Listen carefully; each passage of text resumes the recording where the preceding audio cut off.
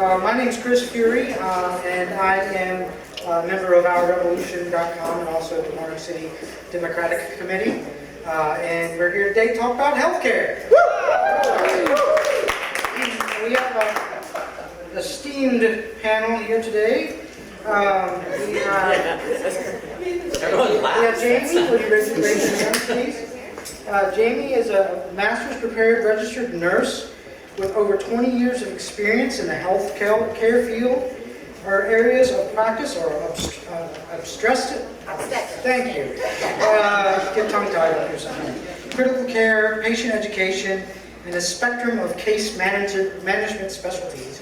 For the last 5 years, Jamie has worked exclusively with Medicaid population and is acutely aware of the huge gaps in our healthcare systems.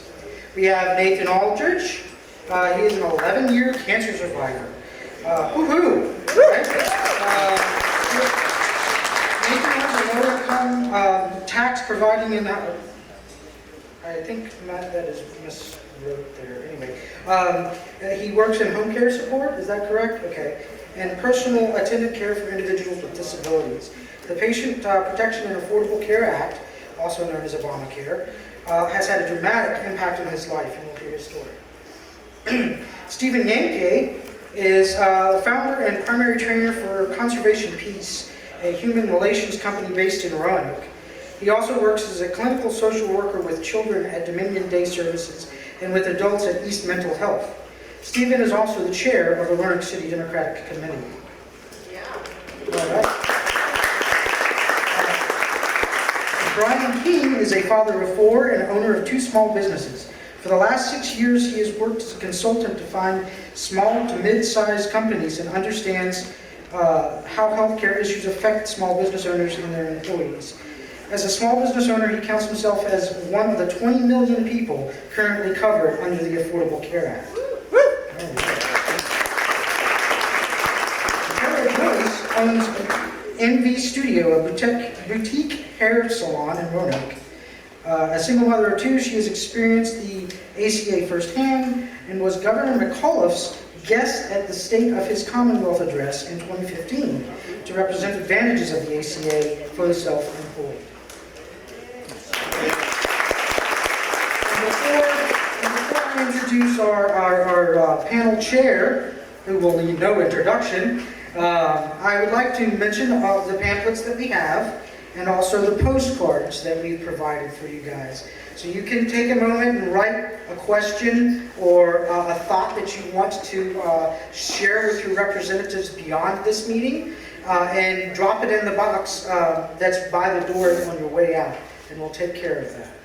Also, we have addresses and phone numbers for your delegates and your senators and your other representatives. This is important to contact your representatives and let them know how you feel about health care. We got to keep pushing and keep pressuring. And I believe that's what the delegates and representatives want us to do.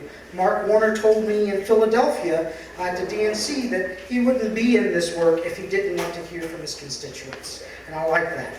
Okay? And then finally we have something from Our Revolution, which is a little bit about health care for all. And if you want to find more information, we're working on the website RoanokeDems.com healthcare. At the bottom of this handout, you can find out more information there. We'll be posting some talking points and things of that nature shortly. Thank you very much. And without further ado, here is Sam Rasoul, our panel chair.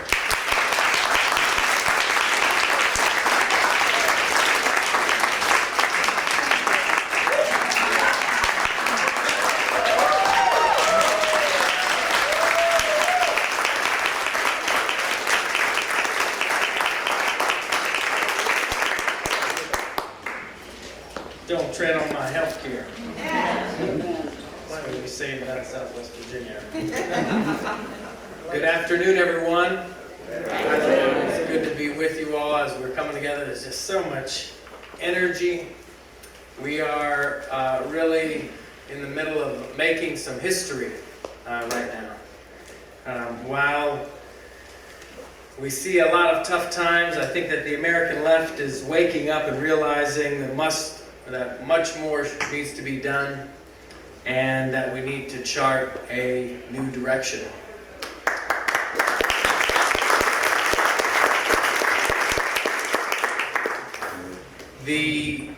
Literally, as we speak right now, the Democratic National Committee is choosing a new leader. While my friend Keith Ellison is in the running, make no mistake that the future of the Democratic Party and the American left doesn't stand with any one person or any one chair. It lies with people just like you in this room and people just like you all around this country who are organizing and wanting their voices to finally be heard.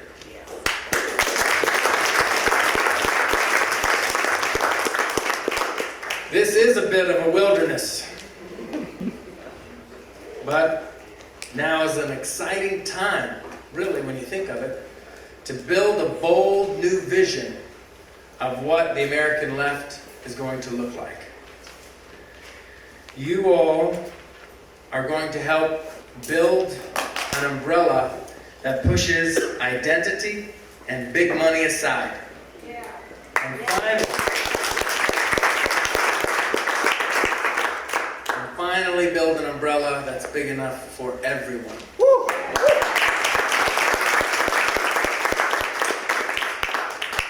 The future, as a proud Democrat, the future is not in any party or any party ID. The future is in people. And that is what today is about. It's about people. It's about working families and those in need and those individuals who truly deserve to be treated with dignity. This is the richest country in the world. Let's not speak of division or of those who are trying to divide us.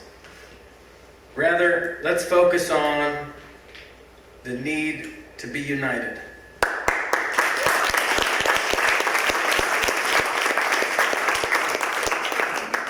We will rebuild the American left only by genuinely listening to and involving every voice that we can, and sincerely fighting for each of those voices tooth and nail.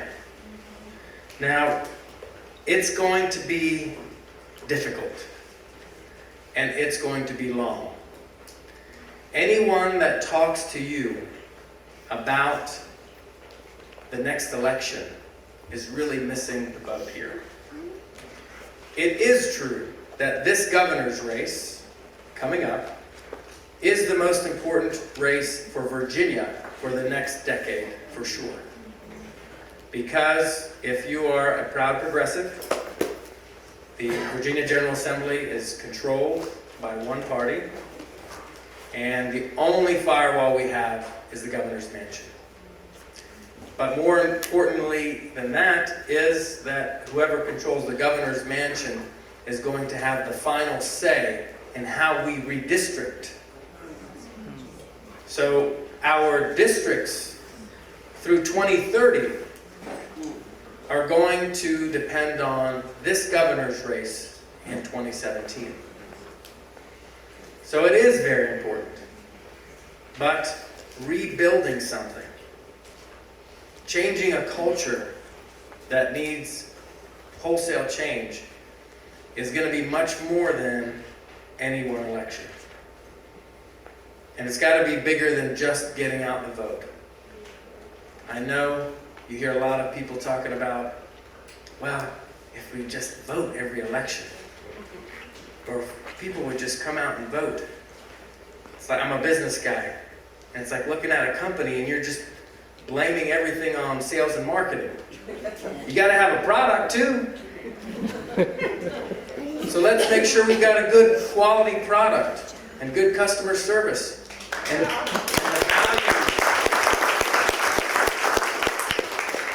the values that make us proud to be bold liberals. People deserve that. And people are suffering right now without it. So most of our focus for now is not just on what the right is doing. and what our president is doing, but most of our focus has to be on what we on the progressive left are going to do to organize, connect, and energize like never before.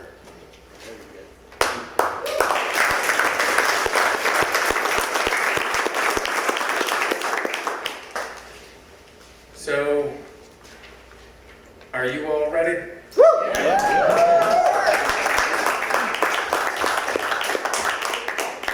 Today, the task at hand is healthcare. So, it's very simple. If you believe, as I believe, that healthcare is a basic human right, then you're in the right room.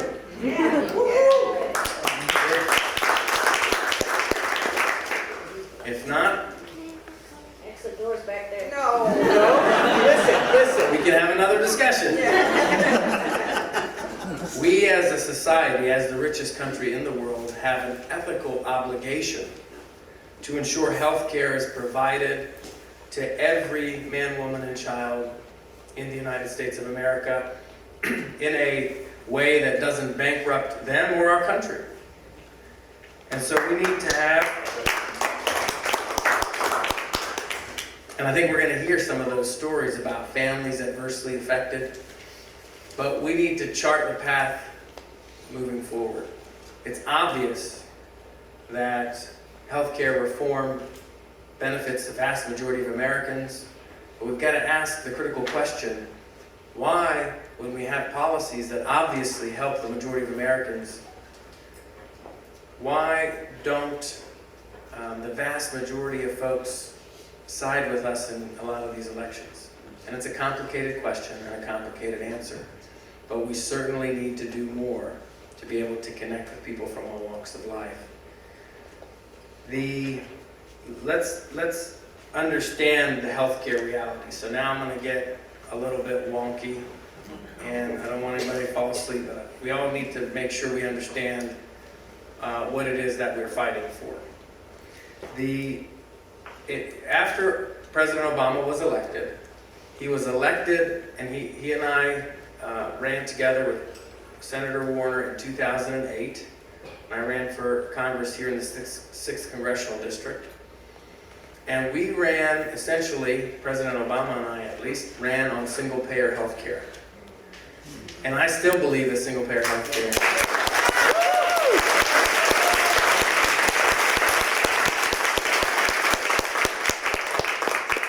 So we know how good-natured President Obama is, and genuinely wanted to bring everyone to the table and come up with something, because he did need 60 votes in the Senate. So he brought everyone together, and they came up with a compromise. Today, Obamacare, the Affordable Care Act, is the Republican compromise. And sometimes we forget that. We decided to let the insurance companies to continue to play as part of that compromise, to create this marketplace for people between 100% and 400% of the poverty line. And the Affordable Care Act was born. The Affordable Care Act then subsequently was challenged in the Supreme Court, and the Supreme Court said that largely the Affordable Care Act is constitutional. But there are two big parts to the Affordable Care Act. Everyone over 100% of the poverty line is covered in one program, the website, the exchange. Everyone below 100% of the poverty line was to and is covered by expanding current Medicaid. Now, Medicaid is a state-run program. The Supreme Court said all this is good, but you can't force a state to expand their Medicaid. So then each state had to decide whether or not they would expand their Medicaid program, even though largely the federal government would cover almost all of the costs. So we began that track. And over half of the states have decided to expand Medicaid. Well, here we are today, as a person who wholeheartedly believes and campaigned on HR 676, John Conyers single-payer health care plan, we have to decide what is the best path moving forward. The Affordable Care Act, we could. Today we're here to save the Affordable Care Act, but some liberals will rightfully say we should just scrap it and be pushing for single-payer health care. Most of us right now are wanting to save ACA. It's a great legacy of President Obama, and he's been able to, through this program, reduce the uninsured numbers by over 25% and close to 30 million people covered under this program. Again, I know this is a little bit wonky, but we have some tough decisions on the progressive left to decide on how we're going to proceed.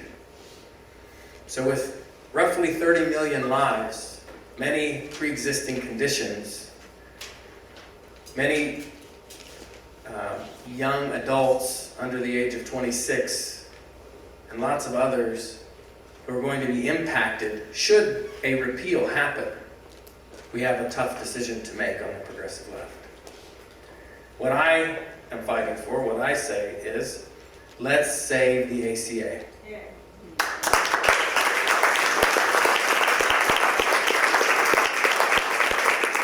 But the ACA, just like every major program that has ever come through the United States, needs a lot of work and a lot of reform. So let's fight for this vehicle that we know, in my opinion, that we know is not perfect. Then let's force, on a state-by-state level here in the Commonwealth of Virginia, continue to force this conversation around expanding Medicaid. And then what you can do is take the marketplace and expand those subsidies. You can find other ways of even potentially, as part of the marketplace, 676 single-payer healthcare is centered around essentially Medicare for all. Not Medicaid, but Medicare for everyone.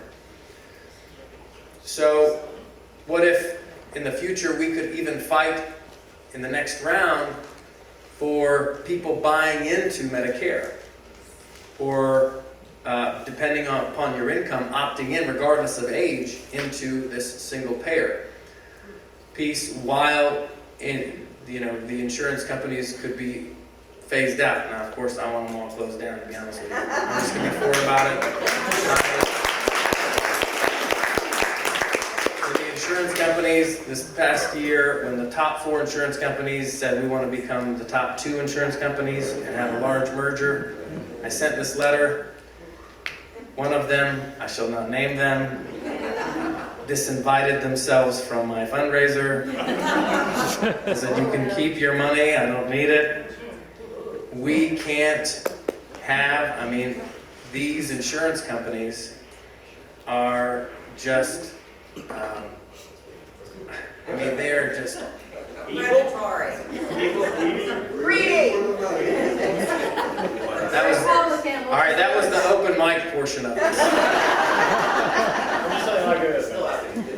There are a lot of good people, I'm sure, that work for these insurance companies. I've met them. It serves a function, but as a society, we need to fundamentally make a decision that we want to turn away from 30% profit and overhead for basic health care. And it is not a marketplace. It is not a free market. When the insurance company can charge you whatever premium because the hospitals and healthcare providers can charge whatever costs, and then it just is a spiral, and it's spiraled out of control, there's a lot of work that has to be done. So I hope that we can rally together to save the ACA, to send a strong message to Washington and to Richmond that now more than ever, we need health care. We deserve to have this basic coverage.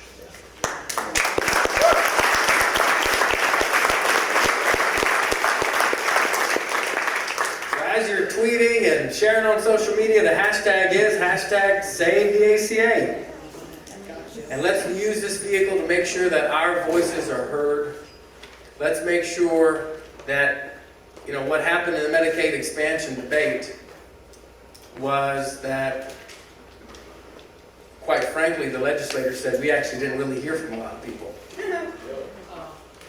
And I'll be forward, if this kind of energy, I'm just being real with you, if this kind of energy was in Richmond 2 years ago, we would have Medicaid expansion.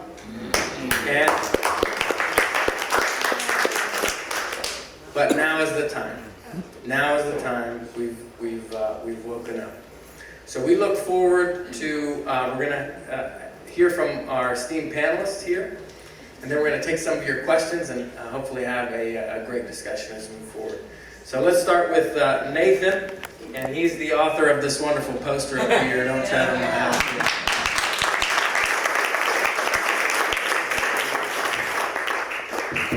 Hey, I think, can everybody hear me? Yes. All right. So my name is Nathan Aldridge, and 11 years ago, I discovered Fred in the third ventricle of my brain. I had a brain tumor, cancerous tumor, growing behind my eyes and between my ears. I went down to Duke University, and my dad's insurance paid $450,000 for me to have surgery, radiation, and a shunt placement to repair the damage done by Fred. After I got out of the hospital, my health insurance costs skyrocketed. In 2013, I spent 55% of my income as an in-home support provider for people with disabilities on my health care. That included paying $1,203 out of pocket each month until I met a $5,000 deductible for my narcolepsy medication. I developed a mild version of narcolepsy. I don't have the extreme cataplexy we just drop out, but a mild version of narcolepsy that requires me to take medication, so I stay awake to be a functioning member of society. And I had to pay $1,203 out of pocket each month for that luxury of being a functioning member of society. After the ACA kicked in, I saved dramatically each year, more and more. This past year, I'm actually saved more last year than I am this year, but I'm still saving more by $9,200 than I was before the law. Altogether, I've saved $35,000 in 4 years because of the Affordable Care Act.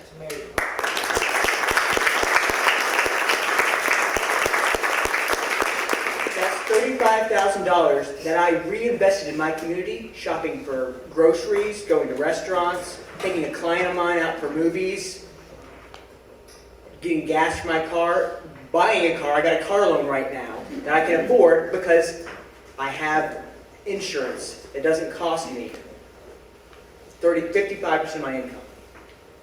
This is crucial for my independence as a citizen of the country. It's crucial for so many others. I thank you all for coming up and showing up and being supportive here, and I want you to get your voices out there. Everybody needs to hear from all of us and let our representatives know that this impacts us as a community and us as a nation. Thank you so much.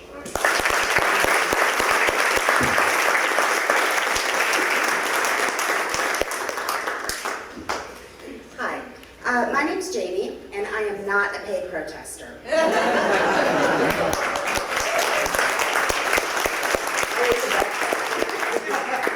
he needs a back pay. So I thought a lot about what I wanted to say today. I'm a nurse who works with a very specific population of individuals. I work with people known as dual eligibles. Dual eligibles are people who qualify for both Medicare and Medicaid. These people are usually at an economic disadvantage, and they also are either elderly or disabled or both. These are likely some of the most medically and economically fragile people in our community. And unfortunately, the conservative agenda is to slash those benefits to those people who need us most. I hear these people's heartbreaking stories day in and day out. They are literally living on the edge, and it's not going to take much to push them into the precipice. These folks are family members living in nursing facilities. There are mentally ill. There are intellectually disabled. There are elderly folks that have to decide between paying rent and buying vegetables so they can follow their diabetic diet. These people need our voice.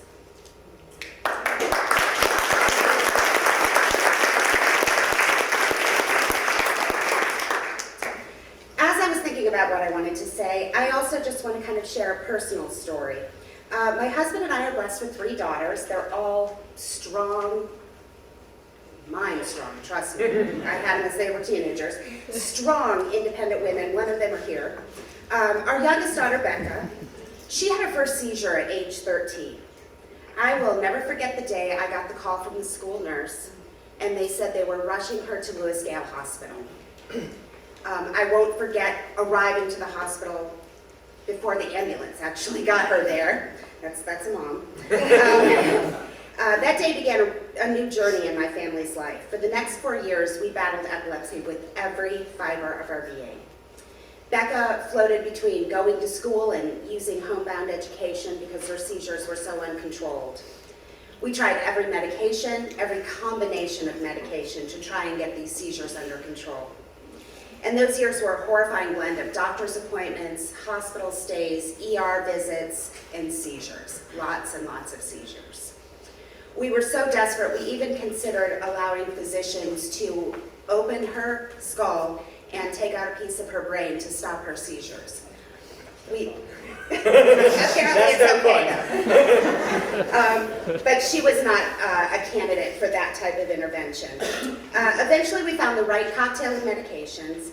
Becca has been seizure-free for approximately 7 years.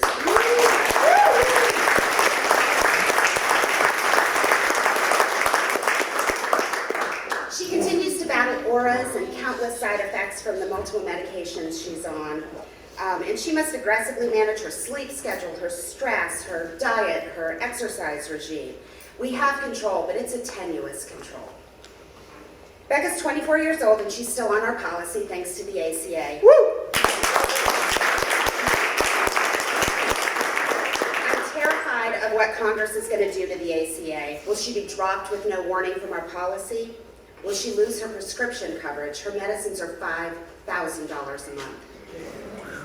I don't know if you can afford that, but we can't. Will she be forced into some ridiculous state-mandated high-risk pool that has poor coverage and is unaffordable to begin with? Will she be protected as a person with a pre-existing condition? Will our government do anything to control our out-of-control pharmaceutical costs?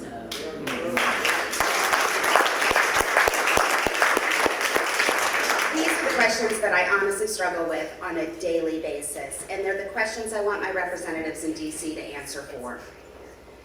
My name is Jamie. I am not a paid protester. I am a nurse who wants my patients to get the health care they need. I'm a mother who wants my daughter to get the health care she needs. And perhaps most importantly right now, I'm a fighter, and I'm not going to stop until we get this.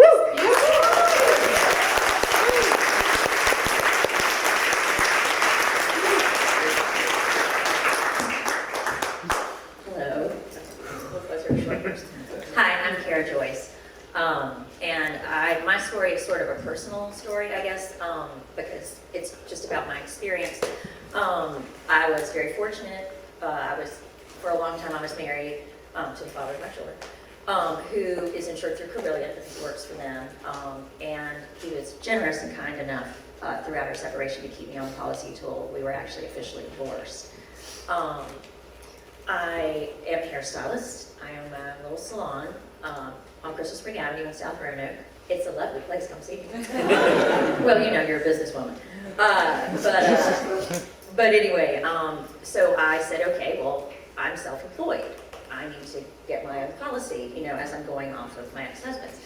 So I went with Anthem, and I think I was paying about $500 a month. And it was killing me. But I was managing to do it. Also, if any of you are business owners, you know, particularly in my industry, it's not necessarily always a consistent stream of income. And I've always been very entrepreneurial. I love my business. I love my salon. My daughter, who is 15, almost 16, help us all. She's fantastic, but she's slightly scary.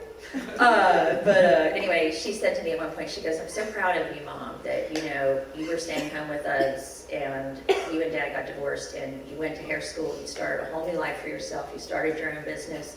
That's really cool. And that was probably the sweetest words I've ever heard in my life, I have to tell you, when she said that. Because sometimes I feel like, you know, oh my God, this is so much work. Basically at some point I came to the point where I could not afford my self-pay plan. And my friend happened to be the navigator for Enroll, Virginia. And he said, come on down and let's talk. So he helped me sign up in 2014. When I went back in November of 2015 for him to help me re-enroll, Governor McAuliffe was visiting the Enroll Virginia office and part of a push to get more people enrolled, because one of the predictions of success of the ACA is that we need everyone insured. And so he said, would you be willing to, when you come, would you be willing to, you know, let the governor sit with you and talk to you for a minute, and they'll take some pictures or whatever. I said, sure, why not? So I met him, and then in January, following that was in November, I got a call from the governor's office, and they said, Governor McAuliffe thought you had a compelling story. Would you be willing to come and be his guest at the State of the Commonwealth at Richmond? And I went, I am so there. And I didn't speak or anything. I mean, he just, you know, recognized me as sort of an example of how the Affordable Care Act has succeeded.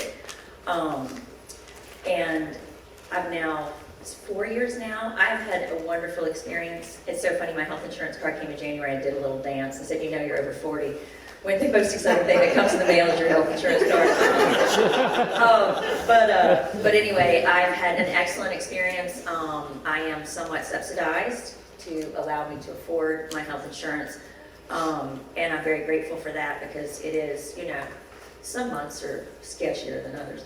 I've had a very, very positive experience, and I was very impressed by Governor McAuliffe's real commitment to the issue. And I think, you know, I'm just one person, you know. I'm just a woman who owns her own business, who's insured. But I have 2 children, fortunately, who are insured through my ex-husband. But I have 2 children that need me. And I need my thyroid medicine. I need my antidepressants, sorry. When I went... No apologies necessary. When I had no prescription coverage for a while, I went to pharmacy to refill my antidepressant. And it's generic. $400 for 30 days. And I sat down in one of those little orange seats at CVS and just bawled. Because I thought, how am I going to do this? And I tell you what, you know, the thyroid medicine, thank God, is not expensive, but without it, I'd be in the bed with a pillow over my head, not here. You know, so these things are necessary, and I am a productive member of society. You know, I pay my taxes, I own my own home.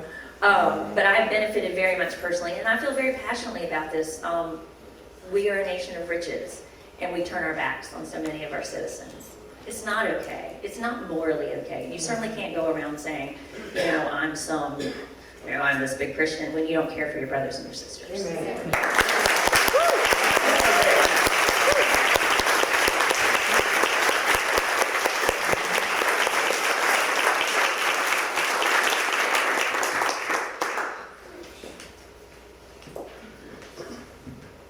First, I want to thank Kara for giving me her card to her salon.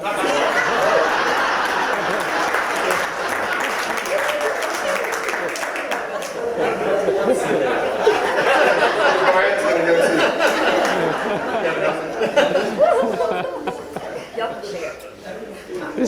too. My name is Stephen Yamiche. I'm here in a couple of capacities today. But first and foremost, I'm here as a mental health clinician. If you flip to the next slide, where is it? I want to dedicate this presentation to my parents, who were both in the medical profession. My mother was a psychiatric nurse at the VA hospital for 25 years, so she was served veterans.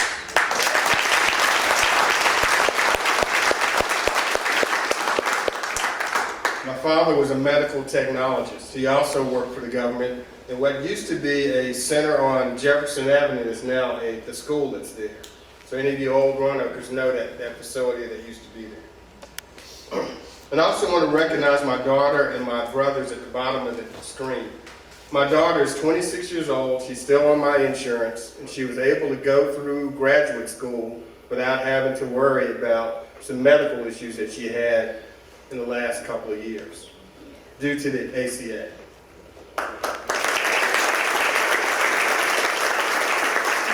And to further illustrate the importance of insurance, my mother became ill for the last 75 days of her life and was in the hospital every single day. And when we got the final bill from her being in the hospital, it was only $20 because of her insurance. Powerful stuff. Next slide. So what do you see up there? Close your eyes and tell me what the four corners of the Monopoly board are. Most of us can do that. And it's because we recognize a pattern that we go through in our lives. What I'm going to talk about is the work that I do with my mental health, with the people in mental health. And I'm really clear in recognizing that they are teaching me rather than me teaching them. They have changed my life in enormous ways that I cannot begin to describe. Next slide. Go ahead and put all four of them. There you go. That's good. Okay, so this is the pattern I'm referring to, that they deal with on a daily, sometimes momentary basis. They go through challenges, triggers, and symptoms that are unique to their own experience. And then those symptoms become exacerbated, and they're indicators that they're on decline, that they're below baseline, as we call it in my profession. And then they find their way, hopefully, to treatment and services that in turn leads them to another set of indicators where they find recovery, wellness, and stability. My job is twofold. Number one, to help them lead normal lives, however normal is defined. And believe it or not, to keep them out of the hospital. Okay? There's not a day that goes by where I don't ask at least a few people, have you had thoughts of killing yourself or other people? Have you had thoughts of are you at below baseline? I talk to them about their function. Does drunk count? Next slide. So what you have in front of you is the symptom cycle that occurs for people with ongoing mental health issues.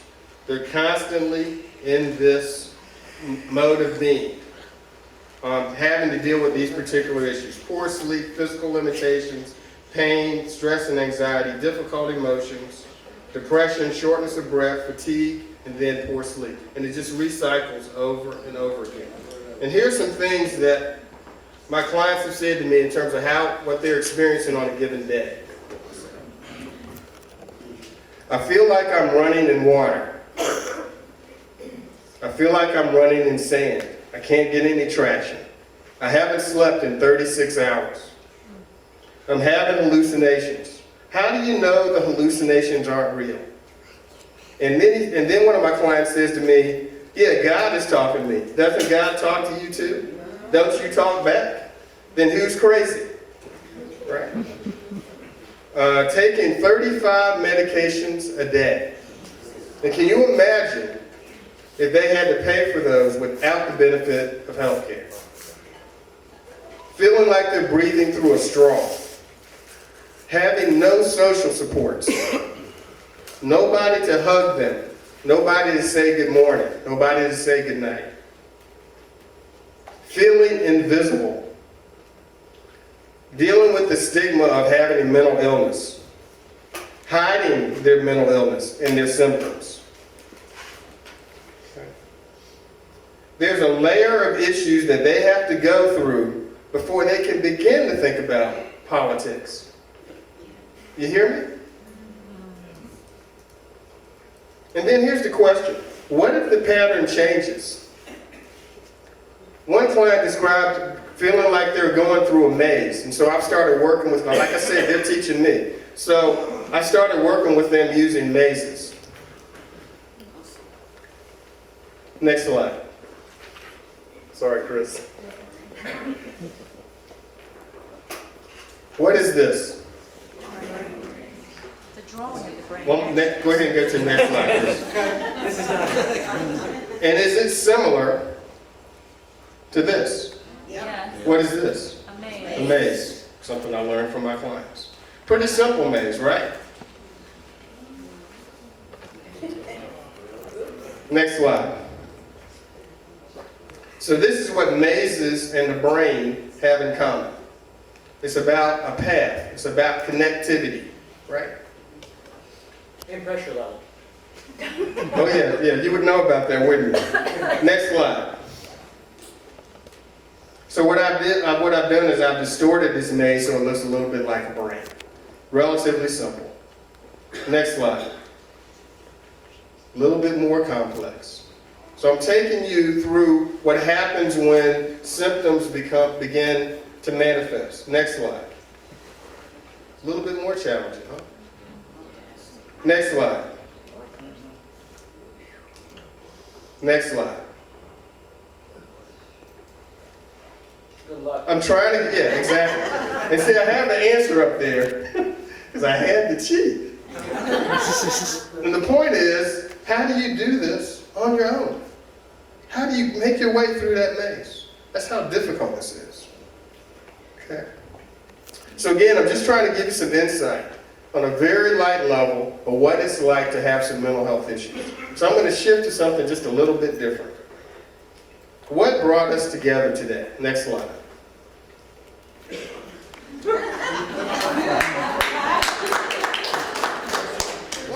You think apple pie brought us together today? No, see, this pie isn't filled with apples. I have a long history of doing human relations workshops that deals with prejudice, bias, discrimination, oppression. This pie is what I call oppression pie. Next slide. See, oppression is what brought us here today. It's the same mentality that contributes to ableism, ageism, anti-Semitism, heterosexism, homophobia, Islamophobia, lookism, racism, sexism, xenophobia. It's all the same mentality.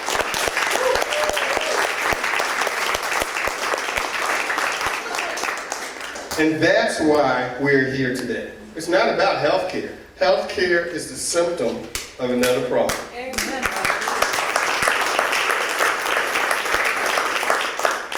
If you'd like to discuss this further, contact me. This is all of my information. What I want to do is to encourage us to talk. And so let me close with this quote. If words make deliveries, then what did you just send to me? How did your delivery change us? And what options remain for me to reciprocate constructively? Thank you.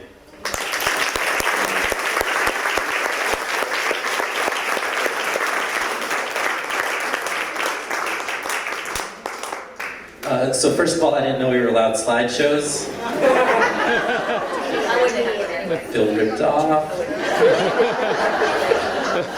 All right. So my name is Brian Keel. As my little introduction said, I own a couple businesses. One's Accounting Techniques. Most people know Accounting Techniques by the tie on my business card. I run marathons in ties as a way of raising funds for people.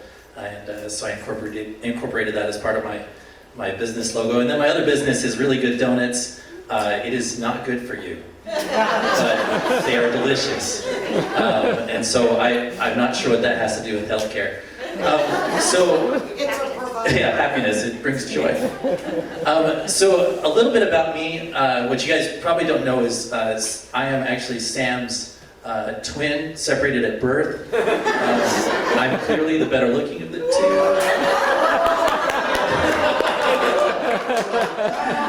No, I mean, I have a story. I have a story. You are a sexy beast.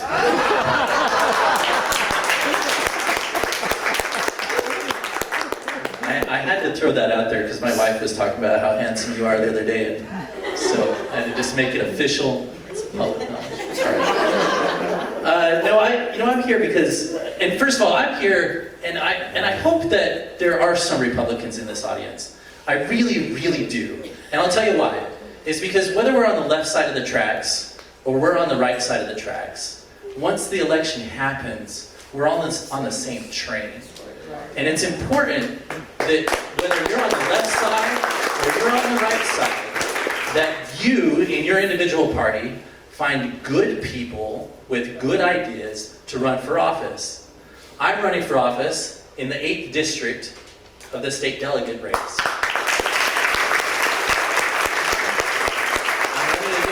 I'm running against Greg Habib. Thank you. I'm here today because I have a story. But my story is no different than anyone on this panel. It's no different than anyone in the audience. I got sick. My sickness was severe. It made it so I couldn't walk. I couldn't walk for a year. And then you know what happened? I got better. And then I went on with my life. And I contributed to society. You know, that I have a whole bunch of other things written, but I made some notes while everybody was speaking here that I think kind of sums up stuff. People are not expendable. They are not inventory. People are people. They are not to be abused. They are people. They are not moochers. They are people. They are not lazy. They are people. We are not weak. We are people. Corporations are not people.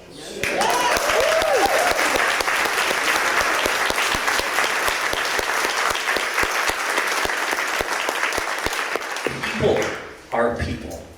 And I am here because I care about people. And healthcare for everybody is a right, because in our Declaration of Independence, we say we have the right to life and liberty and the pursuit of happiness. It is our right. It is not something to be given. It is something inherited from above. It is inherent when we are born into this world. And that's why I'm sitting here today. So thanks for having me.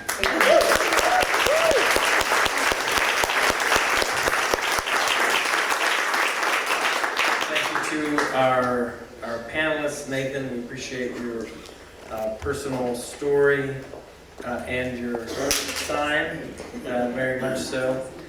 Thank you, Jamie, for your story about Becca. Kara, you obviously have a compelling personal story, so much so, we brought you into the chamber for the governor to recognize you, which is fantastic. And Stephen, thanks for talking about delivery. I think that's important. And Brian, I didn't know that about your personal health care experience. That was very interesting. But the two of you talked about pie and donuts and nobody brought anything. I have to worry about that. So I think you've got a variety of different perspectives and information. Now what we want to do is ask for your questions, so that way we can try to have a good conversation together. Chris is going to help us shuttle a microphone around, and there's also a microphone up here. Please, if you'll do all of us a favor, we'd love to have as many questions as possible, so keep your questions as brief as they can, or Ben will come get you. Yeah, I'm going to take a chance and come up here. Okay. I'm a past hospice clinician myself. I'm British. There's no question in my country, the country I love, about healthcare. When I was born, nobody said to my parents, "Oh, that's going to be $450,000. I'm appalled at this country that compassion hasn't won yet. I use, as we all do as clinicians, stethoscopes to listen to our patient's heart, lungs, and now I have to listen to my country that I love to see if it has a heart and lung and a compassionate soul as well." I'm also here to demand that the Medicare hospice benefit be fully restored. As you know, it's been cut. You spoke of your cancer. I've seen many patients who you know, I've had the honor of being with them as they die. And they've been able to afford, you know, quote unquote, a good death. There are many people who can't. So I say, as a past civil rights worker himself, who helped build houses for Resurrection City, I am fired up and ready to go again.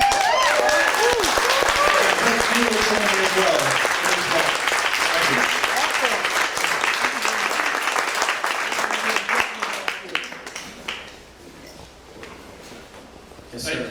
Thank you for being here, all of you. Thank you all. I want to ask a question about biological medication, Medicare coverage. And on a collection apparently I acquired, but I don't really want to have. One of them is multiple sclerosis. I have 3.5 other chronic conditions. And if I had to pay the actual price that the pharmaceutical company wants me to pay for the medications I currently take, it would be over $10,000 a month. However, I'm blessed to have good insurance coverage because of my wife's employment. I also have Medicare as my secondary, and I receive my Social Security. And so when I consulted with an area agency on aging person who looks at your medications to help you plan for when I have to find an alternative plan to my wife's insurance, basically I was told nobody's going to cover biologicals. This is a medication I was told was a disease modifying, hopefully slowing down, and it really has helped me. I was given the choice of what to pick. I picked the oldest. I believe that everybody did the oldest drug on the market they got the most data about. It's been out for 25 years. It's helped me, but if I end up having to pay for it myself, the good news from the area agency and aging representative is you'll reach your donut hole in 1 month. However, that's 4 months of my Social Security to be able to afford that, so I have to figure out how to live on 8 months of it. So one of the blessings is that the pharmaceutical company will waive my $100 a month copay for my insurance, from my current biological, and it's not eligible to do that with Medicare. I can't get it waived. I have to pay that full price, which in Canada would be $2,000 less, but anyway, that's my concern. How do we address what Medicare's medication system will cover? And also, I will just quickly say, I saw a woman on Rachel Maddow who said she spoke to Mitt Romney when he was a candidate, that she as a professor has figured out as her research that if we at least switch to a single biller system, that we would save massive amounts of money with all these private systems. And I can vouch for the fact that with one procedure, I had bills from 6 different states that were covering whatever's involved with collecting from my insurance, etc. Thank you. Thank you. We covered a variety, I mean, there are lots of things to touch on there if anybody wants to cover a variety of issues there. So you're looking at issues to touch base on. Go ahead, Nathan. So I just want to say, I recently read a book by T.R. Reid called Healing of America, and it investigates the different type of healthcare systems used across the world. And the one that's most similar to ours, that would be most effective, would be something called the Bismarck model that they use in Germany and other European countries, where it's private insurers, private medical providers, but the insurers have regulations so they have to be non-profit entities. They cannot be making a profit of people who are sick.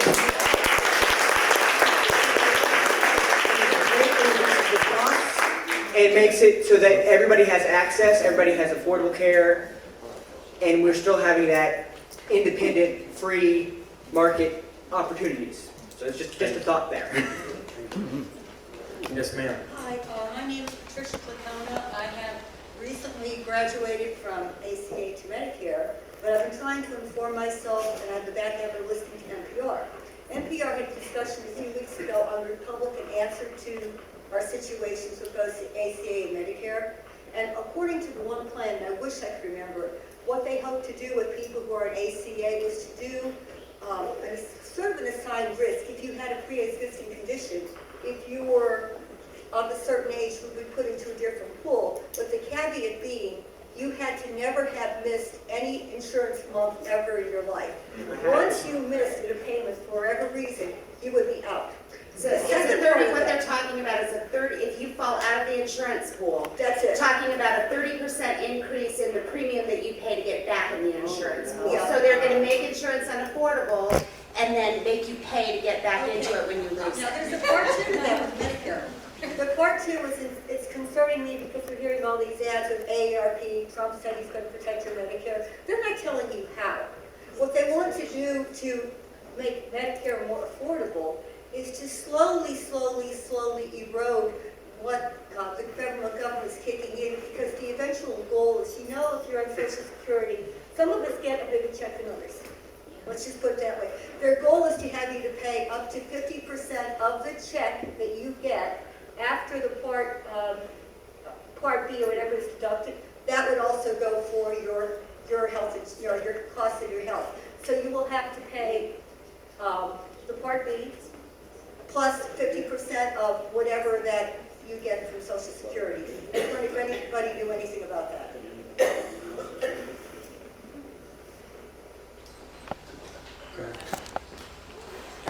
Well, okay, so I'm not an expert on, certainly on Social Security and Part B and many of the things that you mentioned there. But one of the main problems with, and first of all, I'll try and speak a little bit slower because I know sign language and it is incredibly difficult to interpret when people speak at the rate that I do. So one of the main problems with, from a business perspective with any of these broader issues that we talk about in medicine is that the Republican side of the aisle says, well, if you just let the free market do its thing, then it'll solve the problem. Well, the fact of the matter is that if you are in the business of insurance or providing medical care or any of these things, and that even includes Medicare, because Medicare is, even though it's a government-run program, in the end, it's got a business aspect to it where it's got a certain amount of allocated funds from the federal government, and they have to stay within those parameters. My very first job out of college was auditing the federal government, and I found out just how crazy government finances are. They allocate money in pools, and they say this chunk of money is for this, and that chunk of money is for that, and this chunk of money is for that, and you're not really allowed to use money across it. So that's how, like for instance, down on heading up Bent Mountain Road, there was money to straighten out the road, but there's not money to rebuild Cave Spring High School. It's because there's money in this pool and not in that pool. And so Medicare is very much the same. And there's a lot of talk in nerdy accounting world about changing the way that governments account for their money and allowing money to flow more freely between departments. But there's a lot of special interests that say, I don't want that to happen. And so, part of the narrative I think that we have to speak on when we talk about medical issues is simply saying, this isn't normal business. It doesn't function like a normal market, and normal market conditions will not fulfill the responsibility, fulfill their purpose. And like I say, I can speak to it from a business perspective, and having audited everywhere from the federal government down to our local transit systems. It's a rampant problem across all government programs, and businesses, insurance companies take advantage of it.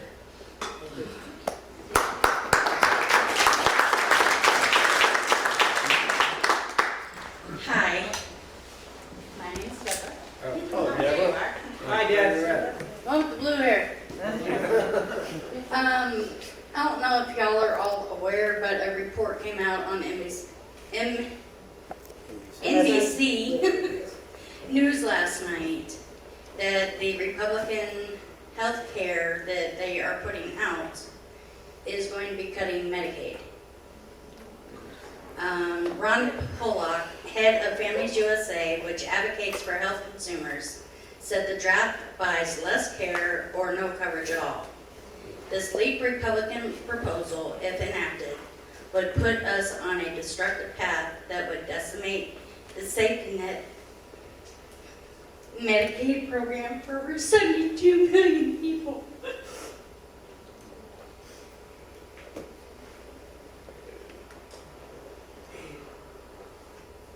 I am one of those that are dual enrolled.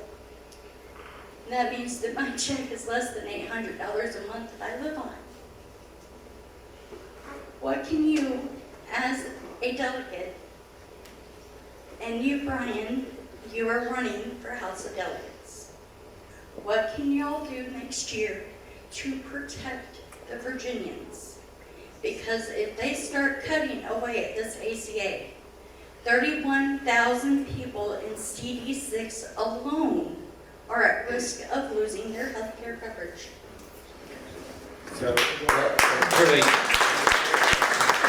So I'll answer first, and then Sam will improve on my answer because he's smarter than I am. So first of all, it's a very good question. So ACA itself has issues, right? It has problems. Everybody's heard about problems, and part of those problems could have been fixed by the state. And so the first answer to your question is we elect people that care about people. We elect good people to office.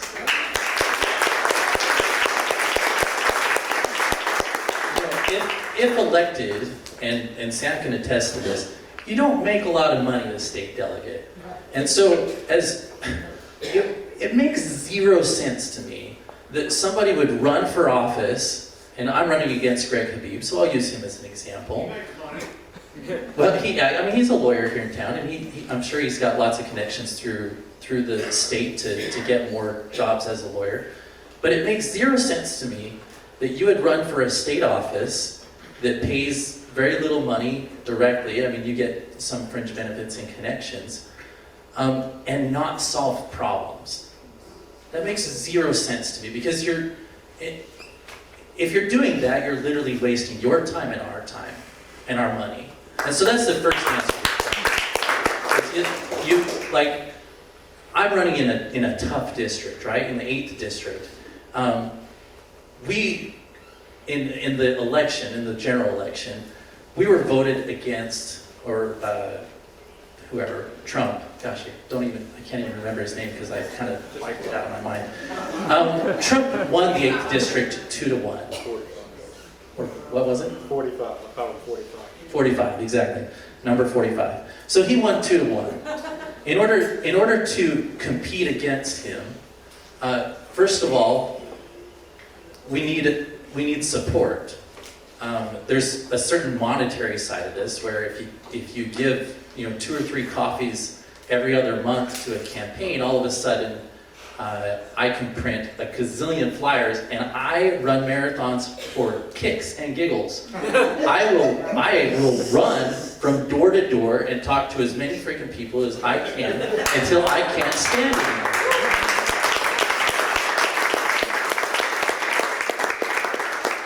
It's a great training program. Anyways, that's the first thing, is you can support good people. The fact of the matter is that Habib's got his pocket in corporate places. I work for other businesses, but I work for small businesses. I work for hairdressers. I work for landscapers. I work for the engine of our freaking economy. All right? And so, yeah, so go ahead. And thanks for your question, Deborah. You've got to listen. There's one big phrase that you need to be listening for. It's called block grant. Yes. Okay? So if you hear with regards to Medicaid that they're wanting to shift to a block grant, what that means is they're saying to the federal government for all of Medicaid, just give us, Virginia is saying, just give us the money and then we'll take care of it from here. All right. So think about that. Number one, Virginia is one of the worst states in the nation. We are in maybe about 48th out of 50 as far as eligibility for Medicaid. So we don't really let a lot of people on Medicaid. You either really have to be elderly, the children, and some disabled get on Medicaid here. But the poor are not on Medicaid. You can't just be poor and be on Medicaid. It doesn't work that way in Virginia. So keep an ear out for that. And your focus in the coming months, let's just be clear, much of your focus needs to be on the 3 Gs. Goodlatte, Griffith, and Garrett. You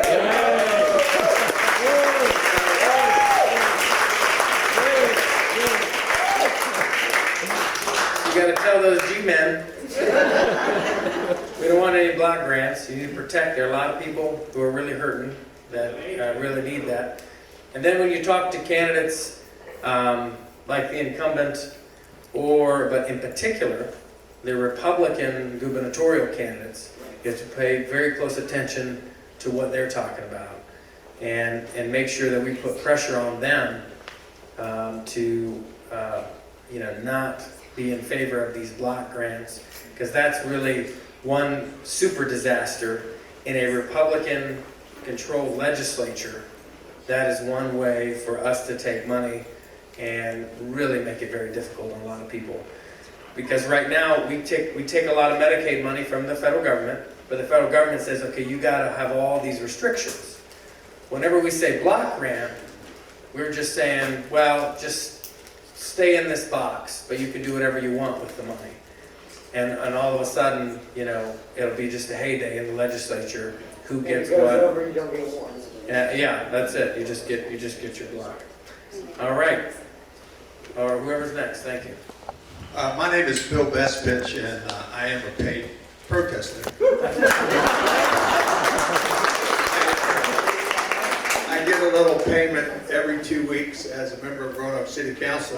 Brian's right. These public office salaries aren't that much to start with. Mine would be a little bit more, but 3 years ago, I let my wife get on my health insurance policy so she could retire, and we're very grateful for that. And I really want to follow up on a point that I think Nathan was getting at a few minutes ago, and Sam, my question is, if we're not going to get rid of the insurance companies, which we're probably not, is there a way to incentivize more nonprofit mutual insurance healthcare where the policyholders are also the shareholders, and the money that they have left over at the end of the year goes to help keep down the cost of premiums for the following year? Is there a way for, as government, to encourage more of that instead of insurance companies that come crying when they only make $5 billion in a year? Great. That's a great question. So you have really got to the heart of the influence of big money in government. The reason why the insurance companies are still in the game, a big reason is Democrats don't mind it either. And what you just touched on.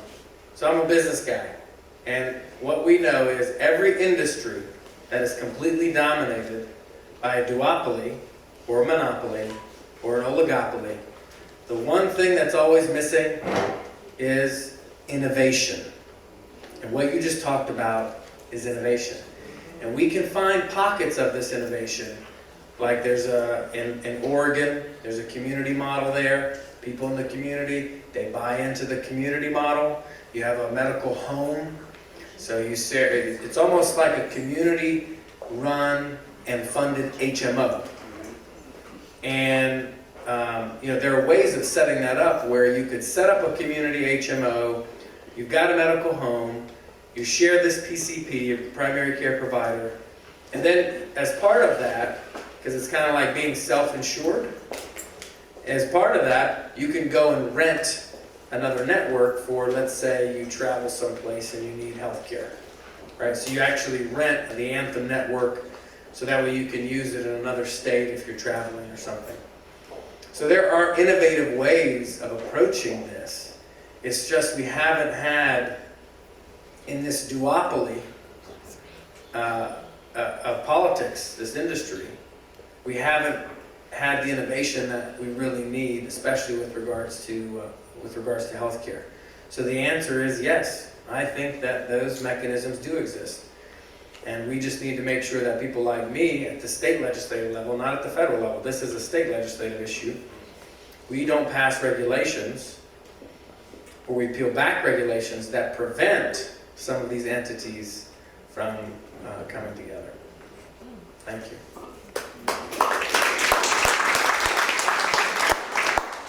Hello, sir. Marhaba.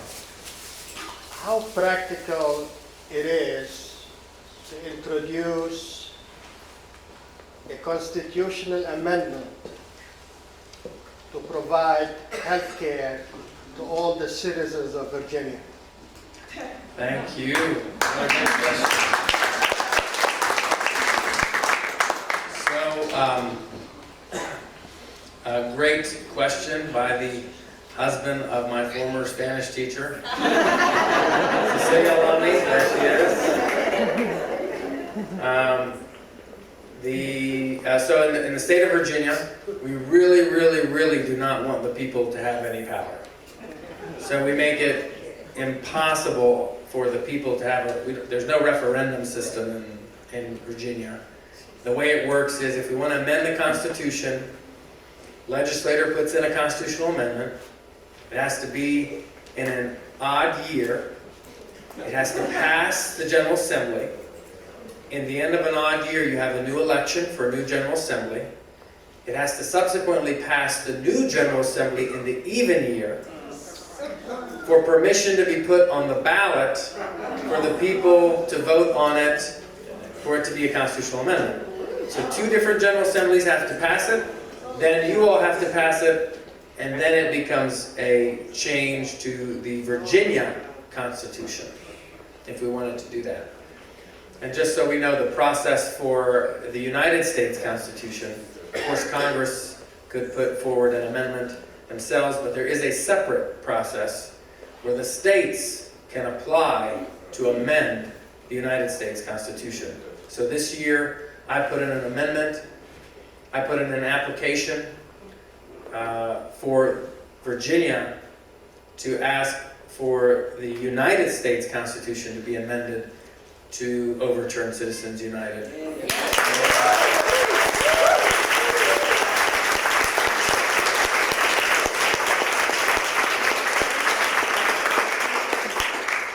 It kind of didn't go very far.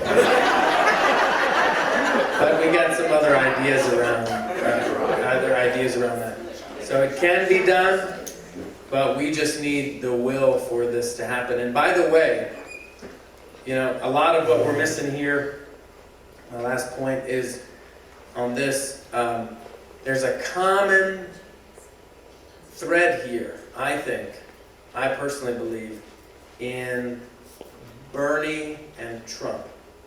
And I believe that both of them touched on a populist nerve. While they're different, there's a populist, anti-establishment, the system's not really working for us nerve. And there is room to come together on issues for the first time ever that I know of. The Republicans on their platform listed Glass-Steagall as part of their platform. In other words, the Republicans, as part of their platform, in addition to the Democrats, are saying the big banks shouldn't control, they need to be divvied up. These financial institutions, bottom line is these large financial institutions, which Glass-Steagall did way back after the stock market crash in 1929, the Republicans are conceding. And to be honest with you, I feel like that was because of the populist push from somebody like President Trump. He's really channeling some of that anger there. Now that the election's over, we're back to where we were. And by the way, neither Democrats nor Republicans are really serious about it.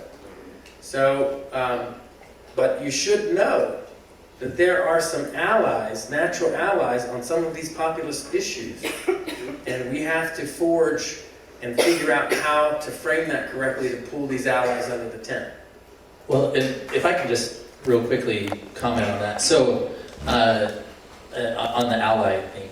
So my traditional, like my background, I'm Mormon. I feel like I'm like coming out of the closet every time I say that. It shouldn't be taboo among Democrats. But no, so I'm Mormon, and many of my associates are Trump voters. I mean, they're classical conservatives, right? And Sam has kind of hit the nail on the head here. There are a lot of people.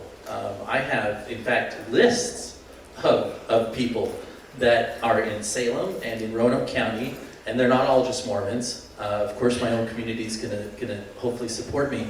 But there's lists of people that were Trump voters that fall in this anti-establishment, the system's not working idea. And we can appeal to those people. I was listening, in fact, I was listening to Bernie Sanders today because I wanted to be a more effective speaker. And as I listened to him talk about his positions during the election, I realized that his reflection of, people at the top are pulling all the strings and controlling everybody at the bottom. That's the same sort of idea that Trump supporters that weren't traditional, maybe Republicans, grabbed a hold of, that kind of populist nationalist movement. And so there's an opportunity for us right now, at least, especially in our local area, to make our party a big umbrella where good people with good ideas can come and find a voice. No matter whether they're Muslim or they're Mormon or they're Christian or they're Jew or they're whatever. Our tent is broad enough and we're smart enough to understand that it takes a collective group of people to solve these hard problems. And we all love donuts. Can I just call somebody out real quick? One of the leaders or co-leaders of the Roanoke Women's March, Chuna.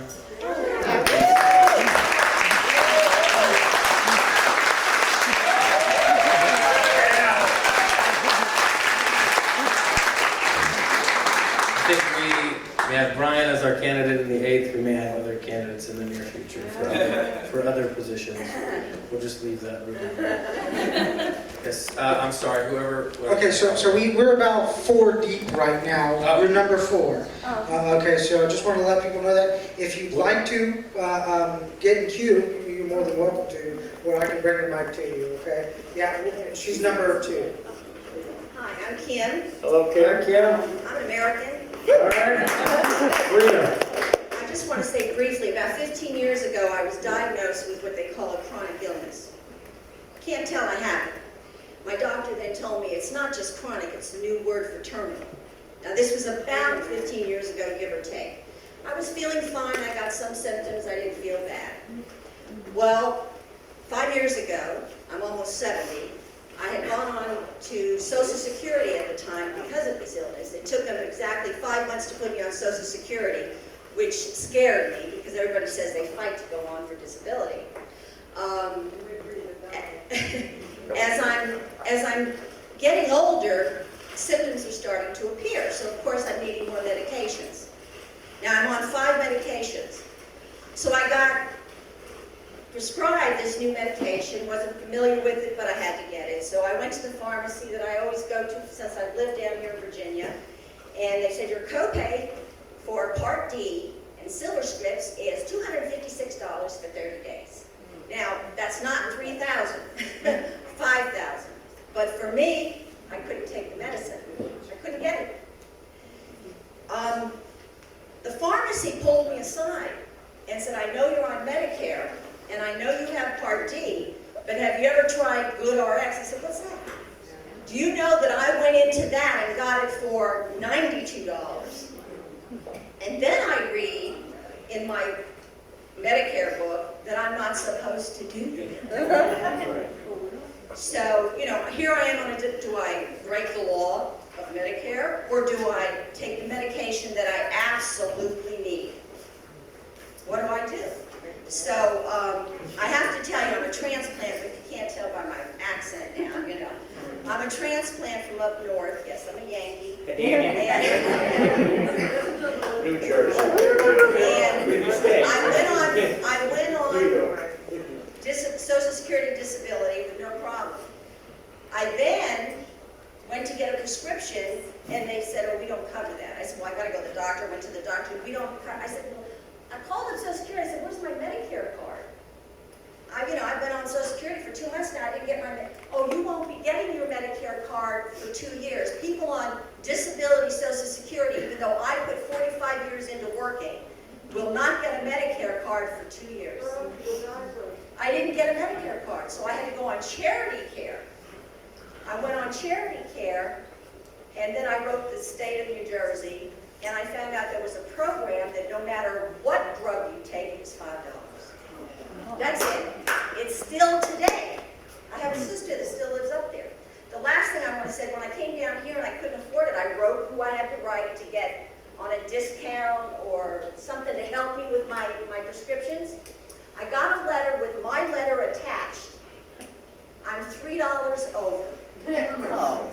So I happen to love Virginia, but I got to tell you something. If my health gets worse, I'm moving back to New Jersey. As expensive as it is up there, I will probably save more money because of my illness.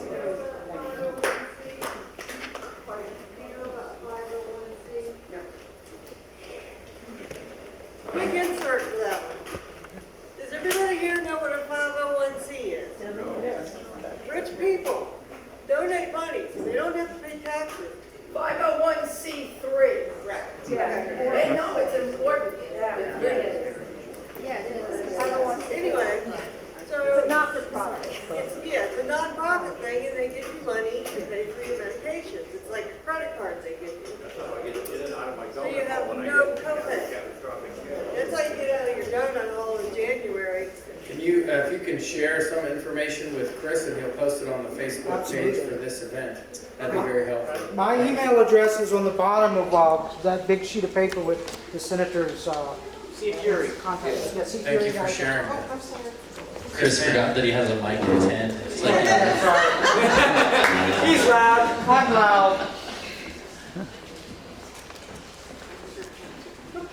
I'm not sure where the young lady went that was asking about Medicaid and said, what can the Congress people do? I don't think that mic's on. I'm sorry, my voice is not loud. The question is, what can we do and what are you willing to do? First thing is, I don't know how many people are here today because they're afraid, but I can tell you I'm one of them. How many else people here are here because they're afraid? I'm not afraid. Okay? If you're not afraid now, you should be and you will be when somebody you care about is affected. Not just by the ACA, but by the politics of fear that engender dependency in our country. I was born with cerebral palsy. I'm now classified as quadriplegia incomplete. I have PTSD, bipolar. I've been homeless. I am a billing code. I am a taker. I've reached MMI, maximum medical improvement, depending on who you ask, because I'm too much paperwork for a physical therapist. So I watch my body deteriorate as I take fentanyl and morphine and lidocaine, and I shrivel up and can't roll over in bed. And my friends look at me like I am a terminal illness, too afraid to approach me anymore. A year ago, I went to Columbia because I was in an emergency room at Lewis Gale after having been to Carillion, and I couldn't move any limb. I was told there was no problem. So I went to Columbia. The right answer was, there's no problem, you're going to treat. Because I'd already had so many spine surgeries, nobody wanted to touch me. And they didn't have the guts to tell me. So I get up there and then I find out I have a brain tumor that's been there for years, nobody bothered to tell me about it. Because I had so much else to deal with, maybe it'd be better not to tell me. Why am I telling you this? I'm not on the ACA because I'm too afraid to find out if I qualify, because I've been a civil servant for the government as a telephone operator taking classified information. I've been a claims representative taking Social Security claims, helping people get on Social Security, and I'm now on it. But when repressed memories of violent abuse came forward, I couldn't keep doing that job, hearing people share their stories. And I had to use Lewis Gale Behavioral Health. And at that time, I didn't know that my insurance wouldn't be the same as the card I was holding. So Medicare premiums for Part B kept getting penalties. So it became too expensive. So I paid. A person's not too expensive. I know. So I paid hundreds of dollars for private insurance. Excuse me. I'd like to say something really quick. Don't be afraid of the Affordable Care Act. But I was very worried about it, and it's better insurance than I had when I was privately insured. It's worth checking into. My hands don't work half the time, and it takes enough energy to wake up. Sometimes my own fear is a lot to get past. When you get papers that say, you know, if you miss one premium, you're going to lose all your insurance, and you've got 2 college kids that you need to keep insured. If you're on So, ACA, if you're on Medicare, the ACA. well, the private insurers follow the line of the ACA, and that's why you need to fight for it. Because Medicare and private insurers follow the line of the ACA. So what you can do is you need to make everybody that you know realize that their insurance is going to follow the same pattern. And when they tell you that you're a taker or that you're high risk or you're not worth it, you look at them and you ask them how they're going to feel if somebody rear ends them tomorrow. Because the pre-existing condition that didn't exist yesterday will exist when they lose their job. Yep. And then they need new insurance, and all of a sudden they can't get coverage.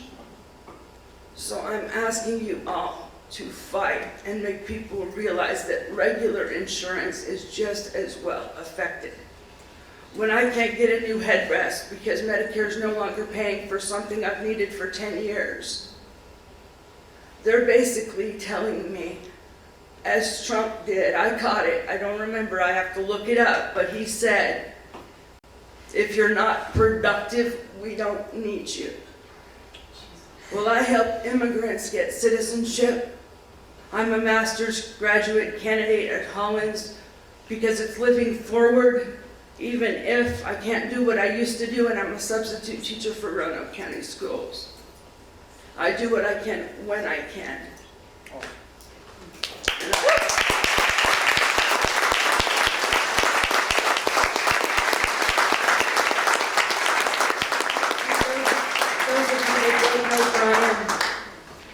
I would just like to tell you, whether you choose to vote for him or not, he's worth knowing. He's run marathons for a young lady I know who has cerebral palsy. And he has brought voice to many things, and he stood by me for over a decade. Thanks for being there. Thank you. All right, so I'm going to respond to that real quick. That's okay, Sam. So this is Chris Geddes, and Chris is, she's my date here this afternoon. Chris and I have been longtime friends for many, many years. And Chris wrote something last night that was somewhat unexpected, and it kind of makes me tear up just to think that that someone would have the opinion of me that she does. I would encourage you to go to my Facebook page. It's Brian Keel, Bryan, K-E-E-L-E, and read what she wrote. Not because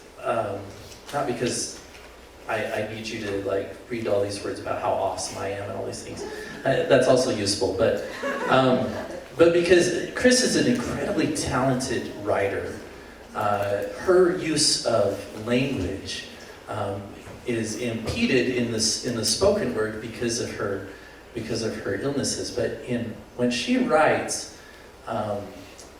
it's beauty. I mean, it's beautiful. It's art, and she's obviously disabled and totally disabled. And one of the biggest disservices that we've done to our country systemically is we've told the disabled that they're not valuable, talented, or needed. And we do that arbitrarily by putting limits on how much money they can make as a disabled person. It is incredibly difficult to get disability, right? And so once you achieve it after years of doctor's visits and usually multiple applications, it's too risky to do something that would add to society in any other way other than service, because you're at risk of losing your coverage. And that's something that we could change tomorrow. And everybody, every single person in the United States of America, Republican or Democrat, should get behind that idea. If you're disabled, guess what? You still get to contribute to our society in a productive way. And I want like crazy for Chris to write a book that makes her a millionaire.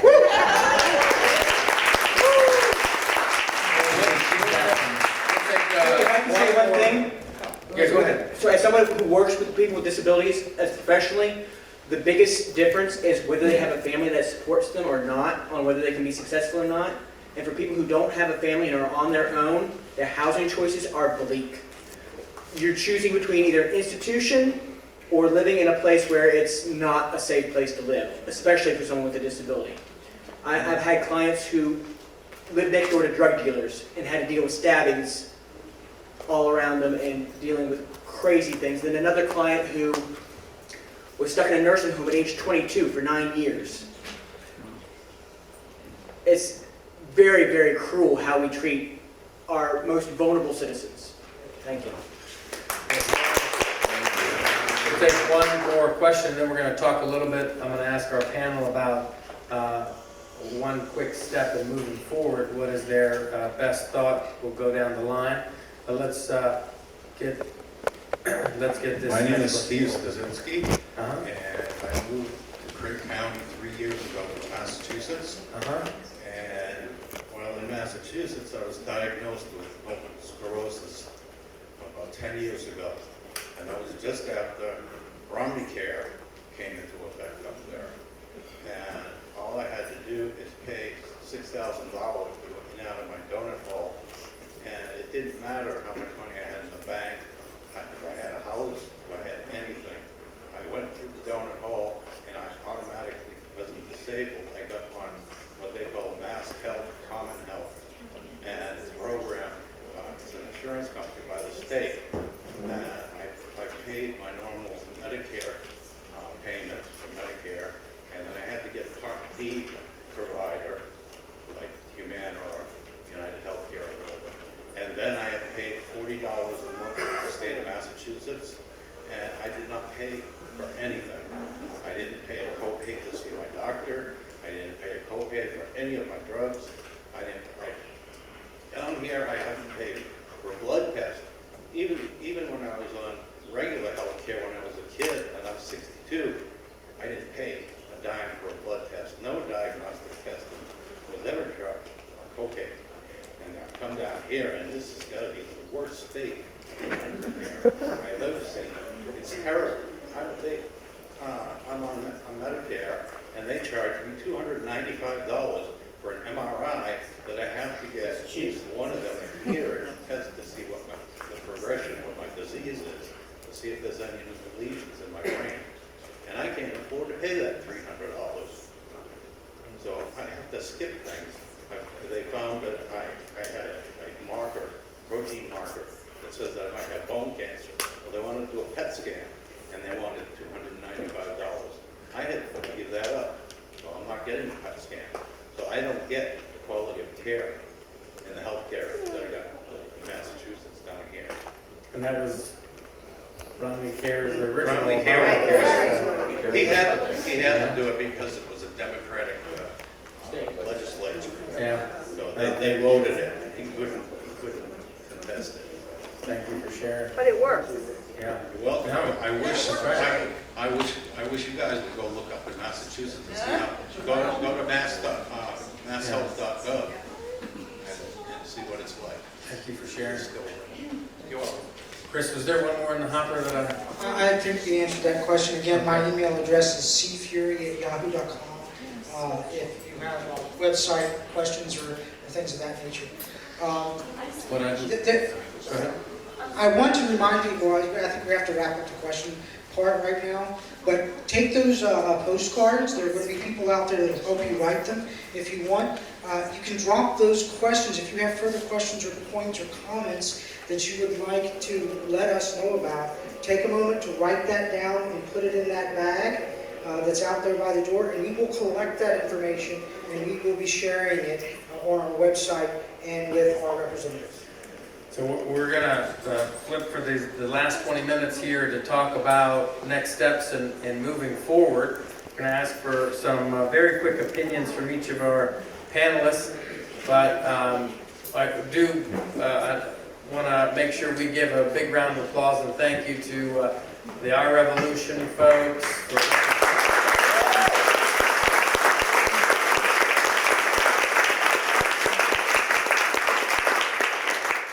For inviting me to help moderate this. We'll start right here with Nathan. Nathan, give us what's one quick thing, best practice for us to be taken away as far as action items that's top of mind for you. Oh, lousy. I think the best thing for us all to do is continue to advocate, continue to pressure legislators, both national and state, continue to be active and involved. Make sure your voice is heard. Don't let them just brush you aside. I've had meetings with Morgan Griffith personally here recently and told him, hey, here's the deal. You know, even if it doesn't seem like they're responsive to your requests or your positions, at least let them know that you're there. And you never know. You might push the scales just a little bit further so that they have to at least consider what they're going to do to people like us before they, you know, axe us all. One quick suggestion I would make is program your legislators' numbers into your phone. So when you're thinking of something, I do it at 6 in the morning, I do it 10 at night, I did it this morning before I came here. Program your legislators' numbers into your phone so it's not a hassle to call them. And I would piggyback on what Nathan said here and say we have got to get involved on a ground level locally and at our state level. Otherwise, we're never going to move forward. So we have to keep up the activity. One of the things I've heard today is worry, and one of the things I've heard today is fear. And I was sometimes a sort of anxious child. And my mother gave me the classic by Dr. Wayne Dyer, I'm okay, you're okay. Which says fear is in the future and worry is in the past. And I try really hard, but I worry and I fear. But the thing we can do is we can take action. You have to speak your voice. When I was, before the presidential election, I was helping register people to vote in some of the housing projects in Roanoke with Hillary's campaign. And what I heard from a number of older women in public housing is, no one cares about my voice. I've never voted, and I'm not going to vote because I don't matter. Well, that is not okay. You matter. Do something.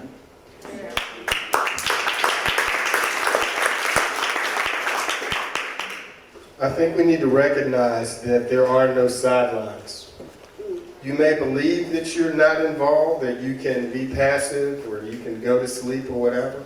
But what you do or don't do is going to play itself out in the community, whether you realize it or not. So I want to encourage you to get involved in a very concrete way. First of all, I want to invite you to the Roanoke City Democratic Committee meeting. The next meeting is March 16th at 6 o'clock. at the CoLab. We just opened an office. You'll hear more about that. And I want you to recognize that there are 4 ways that you can get involved right now in terms of what's happening in the community. Number 1, get behind some positive candidates and get about winning elections. Number 2, get involved in some of these conversations where we can reach across the aisle to people who may think differently from us, because you might be surprised that we actually think a lot alike in many ways. Number 3, get involved with some political action. Like what happened with Goodlatte or the marches or what have you, or calling your congressman. And then the last thing is just come to forums like this where you get education. Thank you.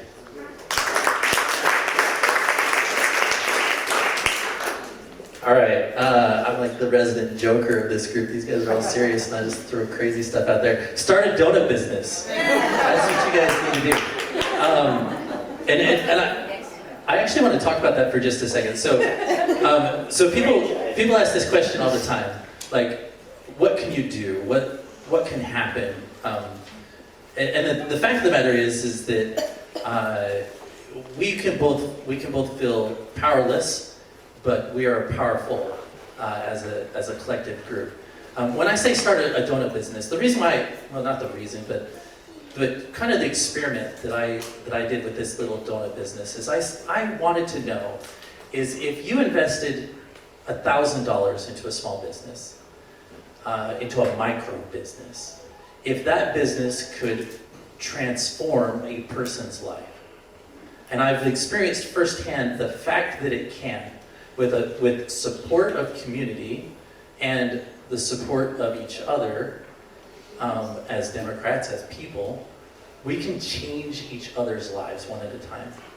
At the end of this campaign, no matter what happens, I'm personally, actually Really Good Donuts, my little business, is going to give a $1,000 grant to another person. And I am going to unilaterally change that person's life. And that's what we can do for each other. We can change lives one at a time. Now, I am an extremely competitive person. And I have on my Facebook page right now, Brian Keele, BryanKeele. I have 187 likes.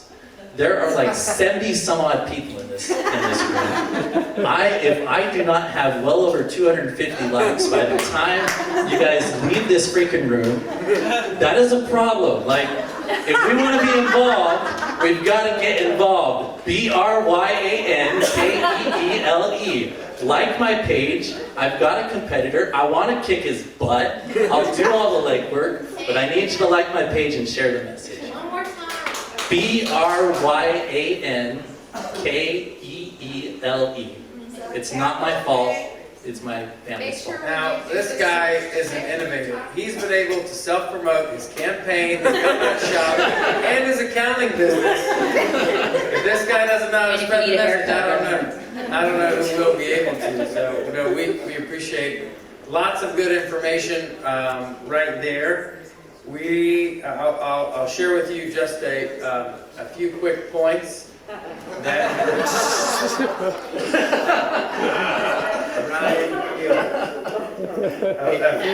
few quick points.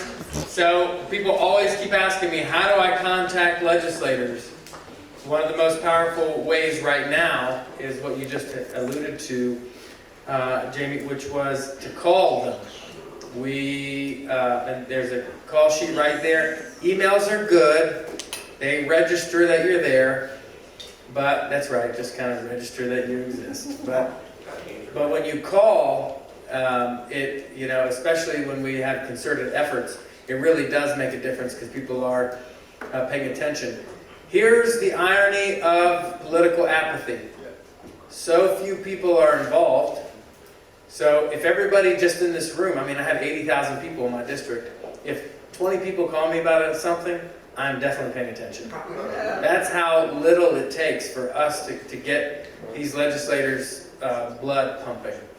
And I guess I'll have to give you my number before we leave so you can speed down that one. Number 2, if all the groups here, there are many of them, please post your group information to this event on Facebook so people can learn more about all the different groups that are involved and then get involved into those groups. That would be very beneficial. The third thing that I will mention is there's a book. Anybody like to read? Yeah. Oh, good. There's a lot of 3 copies of it. And if you're like me and you're on the road a lot, I listen to them a lot. But there's one book, and I think it's a really good read to really try to understand. If you're interested in trying to figure out how other people, maybe that are not so liberal, think, the book is called The Righteous Mind. The Righteous Mind. And why good people have difference of opinions in religion and politics. But it breaks it down into moral psychology, and it makes you understand why different people think differently. And you know what? We actually have 6 parts to our moral foundations, and this book will break it down and explain the 6 parts, and you'll understand why liberals don't really have any luck when speaking to right-leaning people, because liberals actually don't speak to most of the foundations. We really only speak to a couple of them, 1 or 2 of the 6, which is usually the Care Harm Foundation. What did we hear today? A lot of people need care, people are being harmed, right? There's actually 5 other foundations.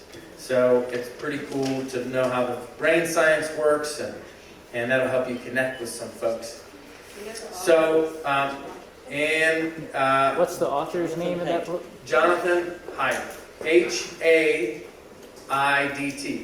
And if you forget any of this stuff, just like 90% of you in this room do anyway, just 90% of you, meaning you send me Facebook inbox messages asking me all kinds of, but you could just find me on Facebook. You can ask Courtney, you can ask me. I have his phone number here. She has my cell phone number. She's 540-904-6905. That's the office, yes. That's the office. Yes. 540-312. She has the cell phone. And none of that's secret, so just let me know if you, so The Righteous Mind is the name of the book. So the last kind of thing we'll do is we would collectively stand up. If you will please shake hands and introduce yourself to one person you do not know. I don't know you.